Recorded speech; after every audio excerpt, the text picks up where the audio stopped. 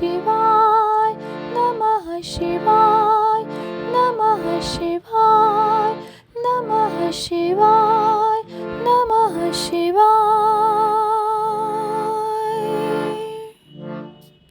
शिव, विष्णु, रुद्र और ब्रह्मा के स्वरूप का विवेचन। ऋषियों ने पूछा, शिव कौन है, विष्णु कौन है, रुद्र कौन है और ब्रह्मा कौन है? इन सब में निर्गुण कौन है? हमारे इस संदेह का आप निवारण कीजिए। सूत जी ने कहा, महर्षियों, वेद और वेदांत के विद्वान ऐसा मानते हैं कि निर्गुण परमात्मा से सर्वप्रथम जो सगुण रूप प्रकट हुआ उसी का नाम शिव है। शिव से पुरुष सहित प्रकृति उत्पन्न हुई। उन दोनों ने मूल स्थान में स्थित जल के भीतर तप किया। वह स्थान पंचक्रोशी काशी के नाम से विख्यात है, जो भगवान शिव को अत्यंत ही प्रिय है। यह जल संपूर्ण विश्व में व्याप्त था। उस जल का आश्रय ले योग माया से युक्त श्रीहरि वहाँ सोए। नार अर्थात जल को अयन निवास स्थान बनाने के कारण फिर नारायण नाम से प्रसिद्ध हुए और प्रकृति नारायणी कहलाई। नारायण के नाभि कमल से जिनकी उत्पत्ति हुई वे ब्रह्मा कहलाते हैं। ब्रह्मा ने तपस्या करके जिनका साक्षात्कार किया उन्हें विष्णु कहा गया है।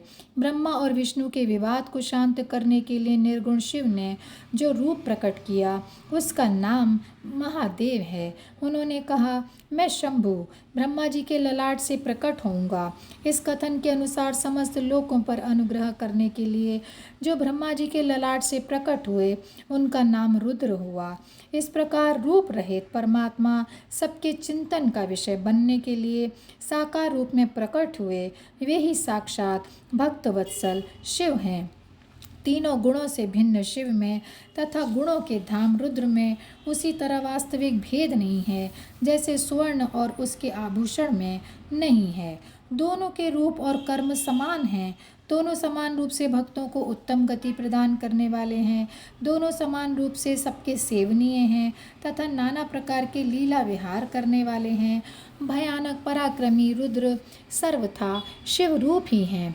वे भक्तों के कार्य की सिद्धि के निमित्त विष्णु और ब्रह्मा की सहायता करने के लिए प्रकट हुए हैं। अन्य जो देवता जिस क्रम से प्रकट हुए हैं उसी क्रम से लय को प्राप्त होते हैं, परंतु रुद्रदेव उस तरह लीन नहीं होते। उनका साक्षात शिव में ही लय होता है। ये प्राकृत प्राणी रुद्र में मिलकर ही लय को प्राप्त होते हैं, परंतु रुद्र इनमें मिलकर लय को नहीं प्राप्त होते। यह भगवती श्रुति का उपदेश है। सब लोग रुद्र का भजन करते हैं, किंतु रुद्र किसी का भजन नहीं करते। वे भक्त वत्सल होने के कारण कभी कभी अपने आप भक्तजनों का चिंतन कर लेते हैं। जो दूसरे देवता का भजन करते हैं वे उसी में लीन होते हैं, इसीलिए वे दीर्घ काल के बाद रुद्र में लीन होने का अवसर पाते हैं। जो कोई रुद्र के भक्त हैं वे तत्काल शिव हो जाते हैं, अतः उनके लिए दूसरे की अपेक्षा नहीं रहती। यह सनातन श्रुति का संदेश है। त्विजो, अज्ञान अनेक प्रकार का होता है, परंतु विज्ञान एक ही स्वरूप है। वह अनेक प्रकार का नहीं होता। उसको समझने का प्रकार मैं बताऊंगा, तुम लोग आदरपूर्वक सुनो। ब्रह्मा से लेकर तृण पर्यंत जो कुछ भी यहाँ देखा जाता है वह सब शिव रूप ही है। उसमें नानात्व की कल्पना मिथ्या है। सृष्टि के पूर्व भी शिव की सत्ता बताई गई है। सृष्टि के मध्य में भी शिव विराज कर रहे हैं। सृष्टि के अंत में भी शिव रहते हैं और जब सब कुछ शून्यता में परिणत हो जाता है उस समय भी शिव की सत्ता रहती ही है। अतः मुनीश्वरों, शिव को ही चतुर्गुण कहा गया है। वे ही शिव शक्तिमान होने के कारण सगुण जानने योग्य हैं। इस प्रकार वे सगुण निर्गुण के भेद से दो प्रकार के हैं।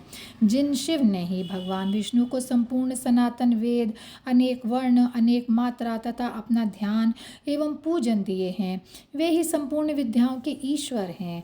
ऐसी सनातन श्रुति है। अतएव शंभु को वेदों का प्राकट्यकर्ता तथा वेदपति कहा गया है। वे ही सब पर अनुग्रह करने वाले साक्षात शंकर हैं। कर्ता, भर्ता, हर्ता, साक्षी तथा निर्गुण भी वे ही हैं। दूसरों के लिए काल का मान है, परंतु काल स्वरूप रुद्र के लिए काल की कोई गणना नहीं है, क्योंकि वे साक्षात स्वयं महाकाल हैं और महाकाली उनके आश्रित हैं। ब्राह्मण रुद्र और काली को एक से ही बताते हैं। उन दोनों ने सत्य लीला करने वाली अपनी इच्छा से ही सब कुछ प्राप्त किया है। शिव का कोई उत्पादक नहीं है, उनका कोई पालक और संहारक भी नहीं है। वे स्वयं सबके हेतु हैं। एक होकर भी अनेकता को प्राप्त हो सकते हैं और अनेक होकर भी एकता को। एक ही बीज बाहर होकर वृक्ष और फल आदि के रूप में परिणत होता हुआ पुनः बीज भाव को प्राप्त हो जाता है। इसी प्रकार शिव रूपी महेश्वर स्वयं एक से अनेक होने में हेतु हैं। यह उत्तम शिव ज्ञान तत्वतः बताया जाता है।